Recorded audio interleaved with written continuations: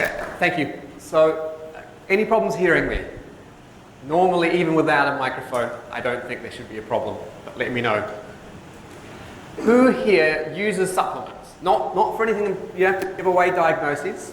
Uses supplements for health in some way, or uses, has a diet that's maybe not quite the government guidelines. Gluten-free? Anyone gluten-free? Okay, so I'm a nutritionist. I'm also a clinical exercise physiologist. And obviously, from that, believe hugely in the power of lifestyle factors, especially for complex conditions with common comorbidities, such as ADHD. And I'd like to address some of that. I've only got 20 minutes. It should be, in some ways, ADHD friendly, because I'll have to speak quite quickly to get through all this. Some common challenges you might yourselves have encountered, or know others who have. So medication can often suppress appetite, which can cause a decrease in weight, and underweight is not desirable, even though we mostly hear about overweight. On the other hand, that whole impulsivity, potentially binging, that inability to stop once something has started, can of course cause weight gain, undesirable weight gain. There's self-medicating through drugs. I don't mean prescription ones, I mean self-medicating, but also through food. And that might be addressing mood, just simply needing stimulation, that might be fatigue. So there's obviously a huge psychological component here. There's also evidence to show that people with ADHD tend to fall into a category where they have less resistance to toxins. They do not detoxify as well. It can mean problems with heavy metals accumulating more than they should. It can be problems with food additives that you probably have heard quite a lot about. Food intolerances and allergies are also quite common. I mean, they're getting quite common in the population generally, but they have the potential to really seriously affect those with ADHD beyond how it might affect others. So I'll touch on those. And there's some evidence that's not 100% consistent with people with ADHD are more prone to autoimmune conditions. And autoimmune conditions often start with what's happening in the gut and what's happening with the diet. So I know the temptation, if you have ADHD or if you're making recommendations to someone who has it, is to think immediately, okay, take supplements or a diet for the brain. Makes sense, okay? I understand that. But the brain gets the blood supply the rest of the body gets. The brain only does as well as the rest of us does. So we really need to think about supporting the liver and supporting the gut. The whole intestinal tract. And that's the focus of probably my second half. And of course, yes, the brain and the nervous system generally. So, okay, slightly technical jargon. Parasympathetic is part of our nervous system that focuses on resting, digesting, healing, learning. We want to be in this state anytime we're eating, we want to relax, we need to heal, or we want to learn. And that can be a bit of a challenge for people with ADHD especially. Sympathetic dominance, that's our fight, flight, fright. That can be important at the right times if we're playing sports or whatever, sure. There are appropriate times for us to be switched over more to this. But our goal, certainly around eating and with eating, is to switch over to this side. Remember, it's got digesting there. So when we eat, we want to be in a relaxed state, which can be a bit hard when we're extremely busy. Our day is very full of things and we try and eat on the run. Fairly easy solution for this is breathing. Now, obviously everyone breathes, but whether we have ADHD or not, in the modern world, there's a lot of pressure, a lot of stress, a lot of anxiety. We tend to breathe a bit fast. So what I would invite you to do, even now if you like, although I have to go through this slide pretty quickly, is before you next eat, go through 5 breaths where you breathe in for 3, a count of 3, 3 seconds, a count of 3, whatever suits you. Hold for 3, breathe out for 3, hold for 3. Do that 5 times. It's amazing how closely our breathing is tied to our mental state. You'll know this if you've ever had a panic attack. Heartbeat goes up, breathing goes up rapidly. But it's one thing we can consciously control, and everyone can consciously control, to control that part of our nervous system that's actually mostly on autopilot, hence it's called autonomic. So breathe slowly, just a few breaths before you eat. Breathe, then eat. So it seems like a minor thing, not as detailed as a specific supplement or nutrient, but sometimes the benefits are at the big end of the spectrum, not just in the little details. Next thing, okay, now you're eating, what do you need to do? Well, I can't tell you exactly how, but I can tell you what. Cover your essentials. These are your essentials. These are the things you cannot live without. You need water. You need what we call macronutrients. That's your fats and your oils, your protein. Notice carbohydrates aren't there, and I'll touch on that a bit. They're not essential. Our body has this amazing ability to produce them ourselves. The micronutrients, otherwise known as the vitamins and minerals. We need to cover enough of those. Never mind anything else we do. This is essential for life. That's the foundation of anyone's diet, no matter how varied it might need to be from person to person. And we can somewhat conveniently have these things called nutrient reference values. There's a website, just look it up, nutrient reference values for Australia and New Zealand. And they basically tell us that this is a science that's going to get about half of people get enough when they're in this middle here. So if you see this abbreviation, EAR, it means, okay, if you get that, you've got about a 50% chance of getting enough. So don't aim there. Then we have this value, the recommended dietary intake, a higher value for whatever we're talking about. That's the one we generally recommend you aim for. Now I know there's been quite a bit of media around supplementation at very high doses, work coming out of Canberra University, I think it is. So, okay, maybe that's telling us that some people, for whatever reason, maybe rare genetic mutations or just really poor absorption of nutrients, need a lot more. The danger of that is that you get into this territory, we call it the upper level. That's where even a good thing, such a nutrient, can cause toxicity. So for some people that might be fine. Okay, it might even be what they need to benefit the most. But I would urge you only to do that while you're actually being supervised by some kind of professional that keeps an eye on things and that you can tell any symptoms of toxicity too. So yes, everyone's different. We've got that foundation, but also everyone's different. Just because you have a diagnosis or multiple diagnoses doesn't necessarily mean, okay, this is the right fit for you. You're a biologically very complex, unique individual. Maybe you need a bit more of this, maybe less of that. Professionals can help you with that, but a lot of it's down to you. Actually, my summary slide, so I'm trying to steal my own thunder. Key message here out of this, okay, is that yes, too little is a deficiency, and that's a problem. Nutrient deficiencies can affect pretty much every aspect of our functioning, including how our brain functions. It's how some of them were discovered. However, you can get too much of a good thing. More isn't necessarily better. So vitamin mineral supplements, okay, fairly common, fairly popular, not just for ADHD, all kinds of things. So I wanted to touch on a couple that are commonly thought of in association with ADHD, and this first one isn't, okay, but it's relevant to New Zealand. Now, you get your information from the US or somewhere else, they're going to focus on different nutrients because they have different problems. Iodine's low in New Zealand soils. It's therefore low in any plant food produced in New Zealand. Not so much animal foods because they get supplemented. They, like us, need iodine. There is a mild to moderate deficiency problem in New Zealand. Where I used to work is try to address that. To some extent, we know we haven't done that fully with fortification. That reduced iodine causes reduced thyroid hormone production. Now, if you look at the list of symptoms of hypothyroidism, underproduction of thyroid hormone, you'll see some overlap with ADHD, you'll see some overlap with depression. You tend to find affect the fundamental organ, or it's a nutrient that we need for lots of different things. It has loads of symptoms. So something to be aware of in New Zealand is try and get enough iodine.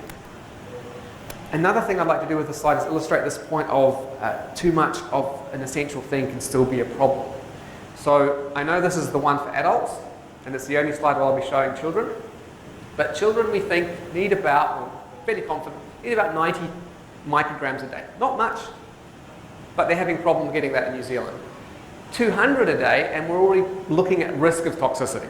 Doesn't necessarily mean they'll get poisoning, but there are definitely increased risk of toxicity. Now, as adults, We need about 150, unless you're pregnant or you're breastfeeding, then you need more because eating for two, right? And it's essential for the brain development of the developing baby. Now, one thing to be aware of is that what a pregnant woman needs is a toxic level, potentially, for a young child. So please, if you are giving supplements to children at any point, don't give them your adult supplements.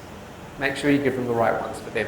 Or if you're trying something where it's really high dose, fine, but at least do so with the knowledge of your GP and under some kind of professional supervision. Another thing you might not think of is selenium. Same problem, same reason as iodine. It's low in our soils, it's low in our plant foods. Best estimates from nutrition surveys is that about half of New Zealand women and a third of New Zealand male low intakes. It also reduces thyroid hormone production health. So that could be a potential double whammy. Now, one you hear about in relation to ADHD. Okay, it's a bit unsurprising because it is actually low in some of the population, especially premenopausal women, consistently, whether you have ADHD or not. It's low in some vegans. Vegetable sources, there are some good ones, but sorry, vegans, there are no sources as good as animal sources. They're low in some with ADHD, but they're high in some with ADHD, and this is a particularly dangerous nutrient to have very high. Luckily, this one's really easy to test. GP can do actually a range of tests to find out what your iron status actually is. That way you know, at least with this nutrient, whether you should be supplementing, how much, when you should stop. Zinc's another one that comes up in relation to ADHD. Well, it's also a problem for about a quarter of New Zealand adults. So it makes sense to supplement anyway if there's any concern there might be a deficiency. The tests are not so great for this, unfortunately. There's just how much you should be getting. This is in a handout. You'll be able to see this slide again, so I can go quite quickly. Another tip is choose the right form. Most vitamin and mineral supplements out there don't really use the best forms of these nutrients. So most of you get folic acid. You don't really want folic acid. One, there's an indication that people with ADHD are much more likely to have a gene that makes it harder to convert the synthetic folic acid to what the body needs. It doesn't have that problem if you use this form, methyl tetrahydrofolate. Also, very recent research shows that the commonly used supplemental form of vitamin B6 actually stops the proper functioning of vitamin B6 in the body, such that people supplementing are sometimes worse off than the ones not supplementing.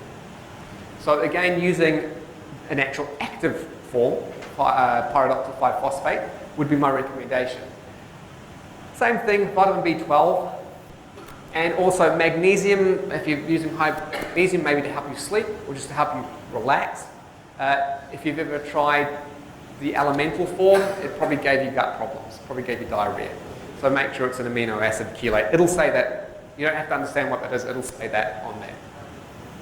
So other supplements. Fish oil is a popular one. Now, lots of studies indicate that it might be helpful. Quite a few studies indicate it might not be. It's actually something pretty hard to study. I won't go into that, but it's always inconvenient when you get something partly in food and partly in supplements.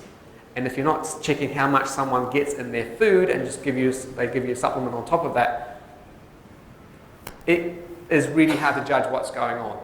A tip though, if you do take it, one is that take a higher amount, whatever dose you decide to go for, but put that into 2 to 3 times a week.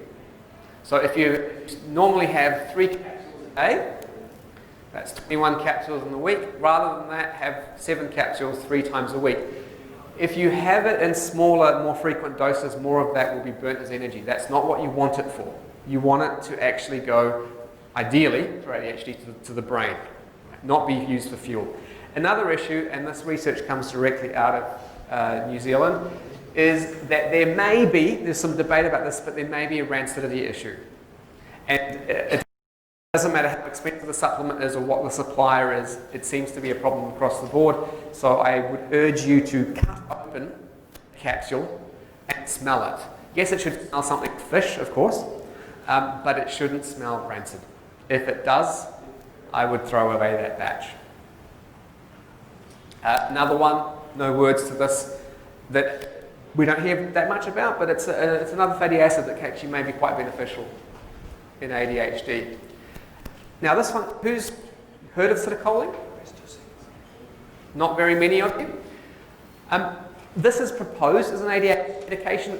There's only one study that I refer to here, sorry, reference isn't there, that showed an increased attention accuracy and finger speed tapping. But I think there's some anecdotal evidence that this works quite well. Why I've put that up there over maybe some of the other possible supplements is that it is actually quite well studied, because in some countries it's a medication. Medications are always better studied than supplements. There's more money for studying, quite simply. And it has a pretty good safety profile. So I'd actually say it's worth a try. So key message is more isn't always better. Please get appropriate testing before assuming a deficiency. And if you're going to take very high dose supplements, do so under some sort of supervision, at least until you know that it's beneficial to you. I think it's just because you swallow it doesn't mean it gets into your blood. Okay? It doesn't mean it gets to where it needs to go. And this is where gut health is so essential. But genuinely believe, and more research is basically proving this point, healthy gut equals happy brain. If the gut isn't healthy, the rest of the body isn't going to be. And we have these days a chronic onslaught on the integrity, if you like, the health of our bowels. We have pesticides and herbicides in our food, organic solvents, lectins are naturally in our food, but they can cause problems. We tend to eat a lot of sugar. There may obviously be exceptions in the room.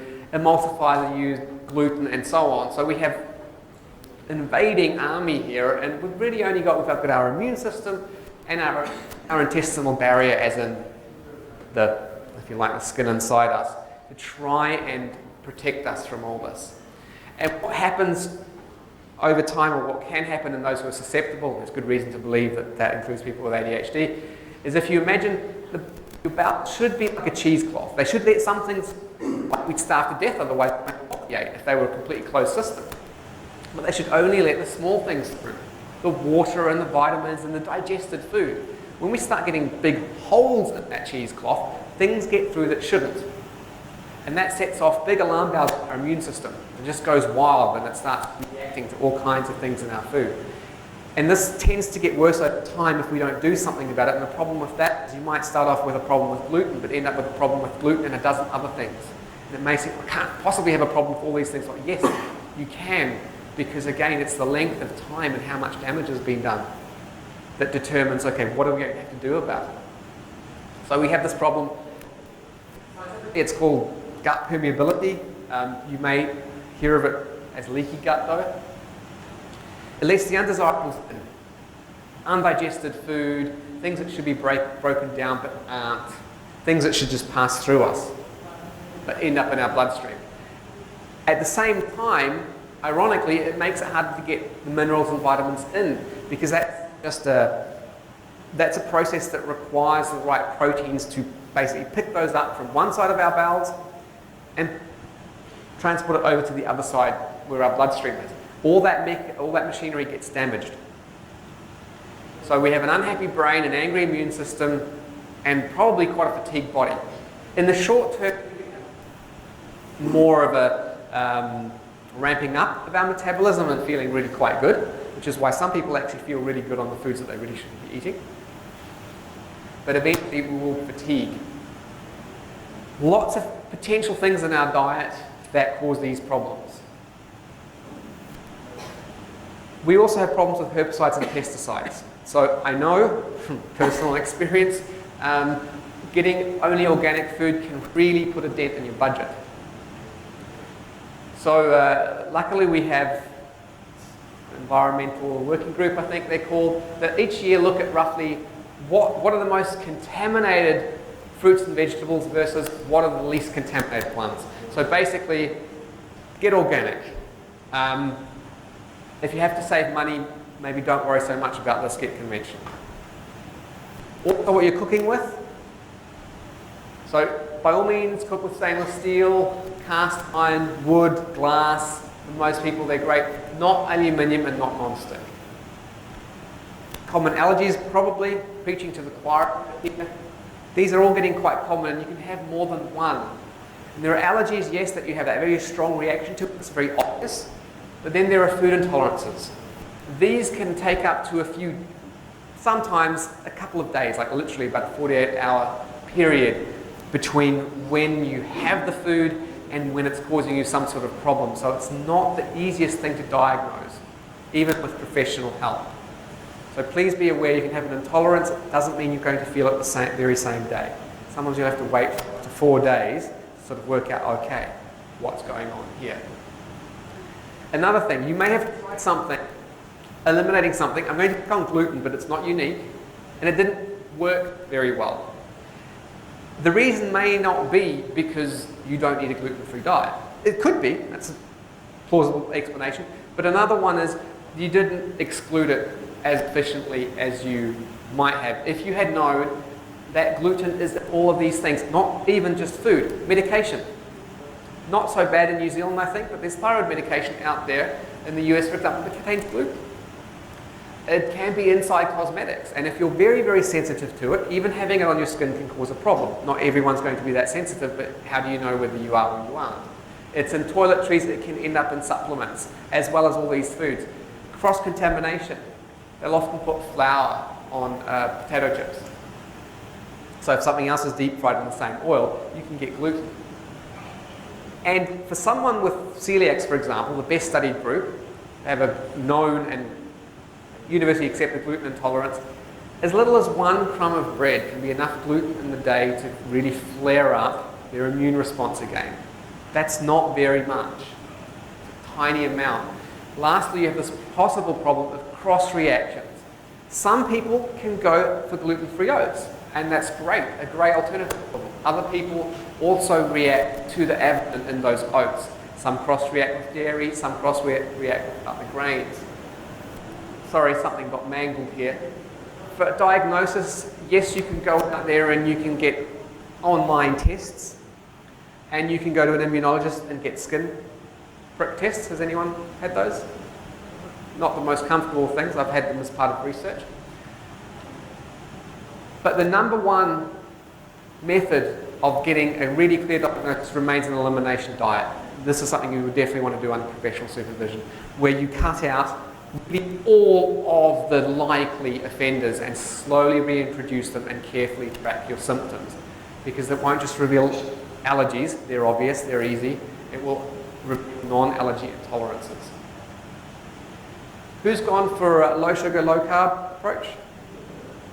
Again, there's a world of difference, in my view, between simply low sugar and low carbohydrate, so you go into a state of ketosis. Does that make sense to anyone here who's on a ketogenic diet?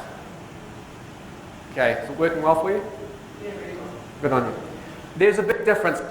You can start with low sugar. I wouldn't necessarily stop there, but I would get quite informed about this. Also, when you're thinking carbohydrates, all of these things are carbohydrate rich. And in fact, your body doesn't make much of a distinction between sugar and what we used to call, some still do, complex carbohydrates. As I tell my clients, digestion plus what your liver does, everything ends up as glucose anyway. Okay. Everything ends up as glucose, which is this primary form, if you like, of carbohydrate.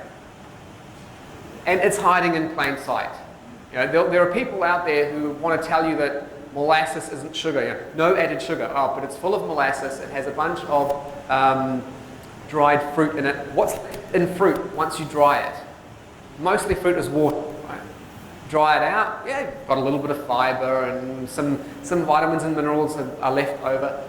But basically, most of it is sugar. It just tastes so damn good. And condiments. Maybe the last place we might think of for sugar to lurk. Condiments. More slides about this. But, now this is a tomato sauce, and it has basically a teaspoon and, I don't know, a third of a teaspoon of sugar in it. If you like to layer it on, you can add up pretty quickly. Final tip, when you're going shopping, make life easier for yourself. Stick to the outside aisles of the supermarket. They have the real food, not the food-like substances. Avoid shopping while hungry. I know this is no news to anyone, but it's still a good idea. Shop from a list. It will at least reduce impulse. And buy only what you intend to eat. This whole concept of, I'll have it at home for visitors, grandkids, whatever. Forget it. Come on. If it's at home and I like it, I will eat it. I will drink it, even if I feel like a complete hypocrite doing that. I just have to not have it there. And prepare food in advance and in bulk if you can. Okay, so on one hand, this takes a bit of planning, but doing it once a week or twice a week takes a heck of a lot less planning and control than having to think and do it every single day. You will have to be your own detective, even if you get professional help. Only you are around yourself 24 hours a day. Okay, so this is where there's no such thing as a bit of hyperfocus. This is where hyperfocus and obsession can be good to a point, right? It can cause anxiety as well, but to a point. Read food labels, and not just food, medication as well, if you're trying to avoid certain things, especially gluten. And go bit by bit. Don't necessarily go nuts on everything straight away. Don't keep what works. There's no reason for restricting yourselves more than you absolutely need to. Once you have a good idea of what works, stick with it, and that's it. Did I get it in under 20 minutes? Probably not.